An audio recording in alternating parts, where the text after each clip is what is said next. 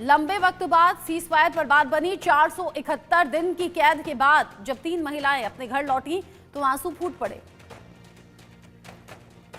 जी रचना, देखिए बिल्कुल जो 3 लोग जो हमास जो इजरायली होस्टेजेस को जो हमास ने रिलीज करा है, उनके नाम क्या है? एमिली, डोरोन और रोमी। ये 3 जो लोग हैं, 3 महिलाएं हैं, इनको ही रिलीज करा गया है। और जो जो इजरायली डिफेंस फोर्सेज हैं वो सारा कोऑर्डिनेट कर रही हैं ये, ताकि ये अभी इनको फिलहाल इजराइल के हॉस्पिटल्स में मेडिकल सर्विलेंस में रखा जा रहा है। और इनके जो परिजन हैं उनको ही अस्पताल में आने दिया जा रहा है। और थोड़ी सी जो वहाँ इजराइल की जो स्पाई एजेंसी है मोसाद, वो भी इस ऑपरेशन में इजरायली डिफेंस फोर्सेस से पूरा कोऑर्डिनेट कर रही हैं कि किस तरीके से हॉस्टेजेस को वापस लाया जाए। और उसके बदले में जो फिलिस्तीन के जो कैदी हैं उनको भी रिहा करना है इजराइल की तरफ से। तो ये अदला बदली कुछ समय तक चलेगा, जैसे आपने बताया कि 3 फेजेस में ये जो हॉस्टेजेस को रिलीज करा जाएगा।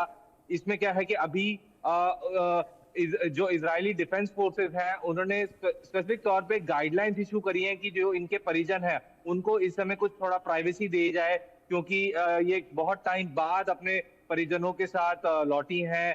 और इनको पूरी प्राइवेसी दी जाए। और हॉस्पिटल में ज्यादा लोगों की जहां उनको ट्रीटमेंट मिल रही है, ज्यादा एंट्री भी नहीं है लोगों की, ताकि सेफ्टी एंड सिक्योरिटी रीजंस को देखते हुए सारी जो एहतियात है वो मोसाद और इजरायली डिफेंस फोर्सेस उसको लेते हुए सारी चीजों का ध्यान रख रही है। हमें देखना होगा। देखिए ये चीज जो हुई है, आज हम सब जानते हैं कि जो डोनाल्ड ट्रंप का जो शपथ ग्रहण समारोह है, आज के दिन ही जस्ट एक दिन पहले ये चीज हुई। और ट्रंप हालांकि अपनी इलेक्शन स्पीचेस में भी हमने जैसे देखा, ट्रंप बोलते रहे थे कि अगर मेरे आने तक अगर सारे के सारे इजरायली हॉस्टेजेस को रिलीज नहीं करा तो बहुत दिक्कत होने वाली है। तो ये रचना हम देख सकते हैं कि ये एक बहुत बड़ी कामयाबी है। अभी तो डोनाल्ड ट्रंप की जो एडमिनिस्ट्रेशन है उसने अभी तो शपथ भी नहीं ली और इससे पहले ये सारा काम हो गया है।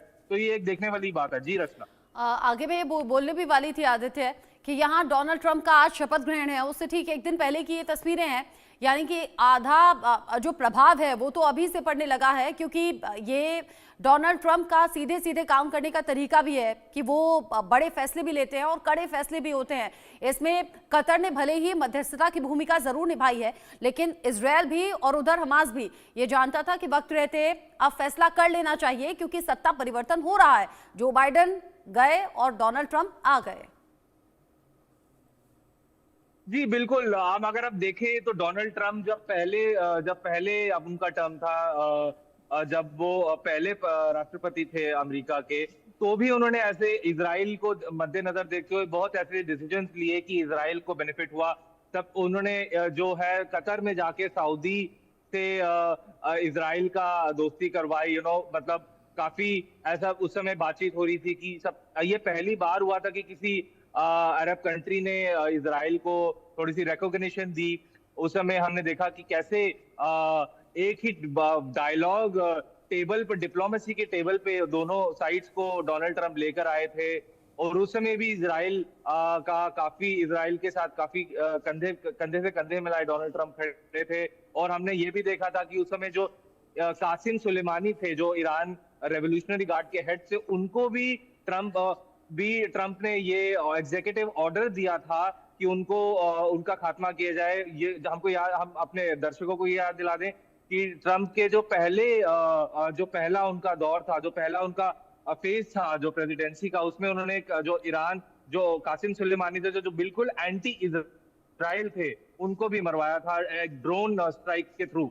तो ये वही नीति है डोनाल्ड ट्रंप की कि जो प्रो इजराइल स्टांस उनका रहता है, उसमें कोई बदलाव नहीं रहेगा। जो और आने वाले टाइम में भी हम मान सकते हैं कि वही प्रो इजराइल स्टांस के साथ ही डोनाल्ड ट्रंप आगे भी जाएंगे। जी रचना, डोनाल्ड ट्रंप की बहुत सी प्लानिंग्स होंगी और उन प्लानिंग्स का असर अब अलग अलग देशों पर नजर आ भी रहा है। पिछले दिनों कनाडा में जिस तरीके से वहां जस्टिन ट्रूडो ने इस्तीफा दिया, उसे इसी का प्रभाव माना गया। बांग्लादेश, जहां पर मोहम्मद यूनुस की कुर्सी पर खतरा है, उसे भी डोनाल्ड ट्रंप और अमेरिका से जोड़कर देखा जा रहा है। अब इजरायल और हमास के बीच में ये जो युद्ध विराम की डील हुई है, इसे भी डोनाल्ड ट्रंप और अमेरिका से जोड़कर ही देखा जा रहा है। आदित्य, बहुत शुक्रिया आपका ये सभी अपडेट्स हमारे दर्शकों तक पहुंचाने के लिए। आगे भी नजर रखिएगा।